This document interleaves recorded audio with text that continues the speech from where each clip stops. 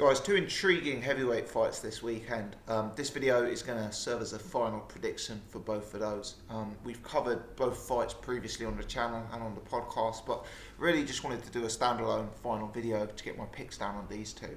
Deontay Wilder versus Gerald Washington, WBC heavyweight title belt. Intriguing fight for my money. Washington has certain attributes that I like in this fight. He's 6'6". He's a big guy. You know, we're not used to seeing Wilder in with someone of his own size. So that's the first dynamic.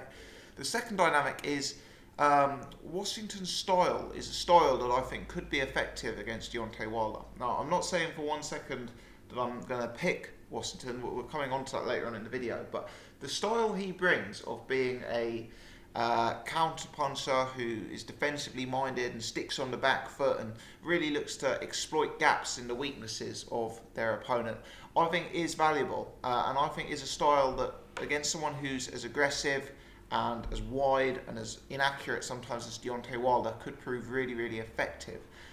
Washington's big, as I've said. He's got good timing, he's very patient, he's very composed in there. My concern is that he is not the biggest puncher in the world, so I think that even if he is to find that gap in Wilder's defence, it's not necessarily game over. And I also think that he's possibly too low volume and too defensively minded. He kind of puts too little emphasis on his offence. And against a guy like Deontay Wilder, that's dangerous, because Wilder's a guy who's going to come out, who's going to be throwing a high volume for a heavyweight from round one. Wilder's quick, he's athletic, he's going to have notable advantages over Gerald Washington. I believe Wilder has more power, more snap to his punches, more hand speed, more natural athleticism. I believe he's got a better jab. I expect this fight will go one of two ways. I expect that either Wilder will struggle with Washington and the fight will become competitive, or I think that Wilder will be able to establish his jab from round one and really hammer Gerald Washington into submission. I wonder if Washington's the kind of guy where if Wilder starts establishing his jab and starts landing on him, Washington will go into a defensive construct and really just try and survive the fight. And I think if he does that, funnily enough, despite his effort being to survive the fight, I think he'll probably end up getting taken out, because Wilder's a guy with legit power. Wilder's a guy who throws enough punches to find a gap. And I expect he'll probably have too much for Gerald Washington. It's a far better fight than the original opponent, Andre Wauritz, and it's a fight that I believe could be relatively entertaining, because you've got two very big guys, but a real clash of styles. I expect Wilder will be the aggressive volume puncher with the power, and I expect Gerald Washington will kind of be the back foot type player who operates as a technician. In many ways, Gerald Washington will probably be looking at the kind of game plan Tyson Fury implemented against Vladimir Klitschko, and trying to mimic something like that. However, I don't believe Deontay Wilder will fight the same fight that a guy like Vladimir Klitschko fought, because I just believe Wilder is much more committed to getting his work off, and a much higher volume at this stage of his career. So all in all, an intriguing fight. I'm going to pick Wilder by knockout on the balance of probabilities. I just think that Wilder will beat Washington to the jab in the early rounds and start to bust him up a little bit.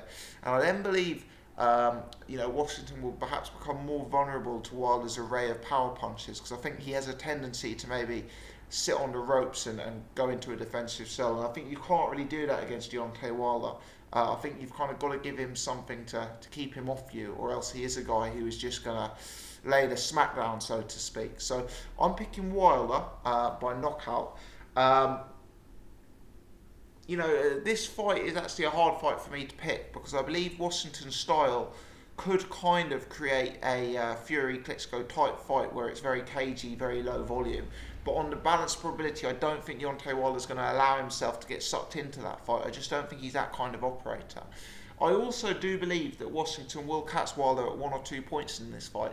I do believe he's got a decent array of punches. I do believe he's got decent timing, and I do think Wilder presents him with the gaps. If Washington was, a bit faster, hit a bit harder, really this is a fight where it wouldn't surprise me to see an upset. And I do think stylistically, Wilder has in the past perhaps had his tougher fights against slicker opponents. So, an upset wouldn't amaze me here, but really on the balance of probability, Is Wilder a car crash waiting to happen? Maybe. Is Gerald Washington that person to expose him? Probably not. I think Wilder's going to have far too much. So I'm picking Wilder by knockout. Obviously, he's coming back off an injury. That is a dynamic we've got to factor into this fight. And we'll have to see, how his hands hold up during this contest. On the undercard, another fight where we've got a new opponent, Ugonoh versus Dominic Breazeale. The fight was initially scheduled between Dominic Breazeale and Arthur Spilker, and I like Arthur Spilker, so I'd like to see him again. Both of those guys were coming off big losses. Spilker to Deontay Wilder, Breazeale to Anthony Joshua, and Spilker's been replaced. So Dominic Breazeale will now take on Ugonoh, who's a heavyweight. I think he's a Nigerian, a Poland-based Nigerian, I believe, who's been training with Joseph Parker and working with that New Zealand camp and Kevin Barry and all of those guys. Ugonoh's a guy I've covered on the channel several times. This is a massive step up for Ugonoh. He's got a lot of attributes, a lot of athleticism. He looks like a solid fighter.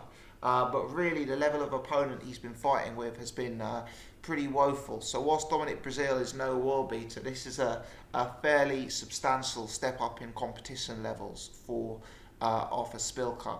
Dominic Breazeale showed a lot of heart against Anthony Joshua. He's truly a big guy. He seems truly a durable guy, and he's clearly got some heart and some determination. And this is kind of a crossroads fight for Dominic Breazeale, at least, in the sense that, having been badly hammered by Anthony Joshua, if he were to lose to a guy like Ugonoh, he'd have to be considering his options. So it's a close fight.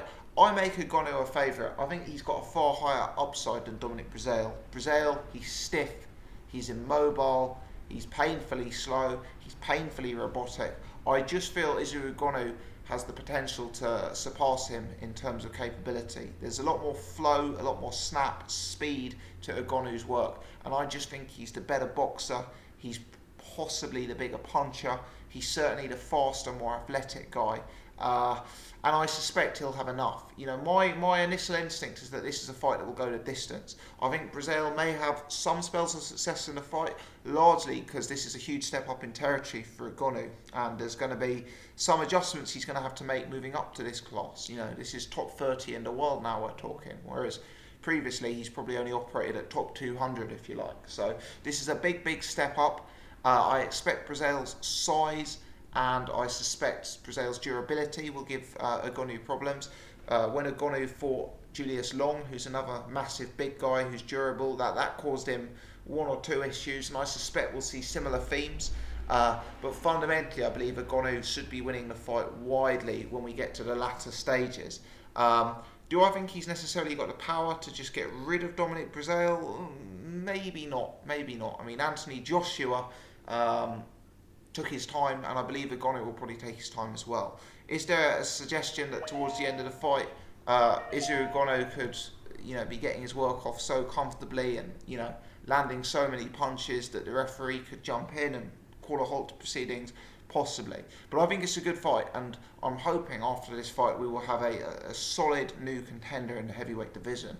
I believe a win over Dominic Breazeale for Ugonoh will put him towards the top 20 of the division, and I believe he's got the potential to be involved in some exciting fights and to generate some good support. So, for boxing, I kind of hope Agonu wins, and that is my pick, Agonu to win on points, although a late stoppage wouldn't surprise me, because realistically, Breazeale, we kind of know the limit to his capability. I believe that if he's to get the upset, and Agonu is a substantial favourite with the bookies, so if he were to get the upset here, it wouldn't be throwing anything new into the mix. He's not a guy who I think could come again and fight at world title level, whereas Agonu, maybe he'd be one to watch if he beat Breazeale in impressive style. Obviously, you've got the comparators to Anthony Joshua. I mean, I'm not expecting Agonu to blow Breazeale out, but if he did, people would say, wow, look, it took Anthony Joshua so many rounds, maybe it took Agonu a few less. So, that would certainly build his legend and build his name in the heavyweight division. But anyway, those are my two thoughts on this fight, guys. I'm going with the favourites in both. Wilder by knockout, Agonu on points. They're both very interesting fights, though. They're fights I'm going to be glued to, and you wouldn't completely rule out an upset in either. So let me know your thoughts. Who are you picking? How are you picking? Is it going to be knockouts or KO? Knockouts or points even. Let me know your thoughts on Agonu. Let me know your thoughts on Breazeale. Let me know your thoughts on Washington. Do comment below. If you've enjoyed this video, please hit the thumbs up button. If you're new to the channel and haven't done so before, please take the time to subscribe. Many thanks indeed for watching.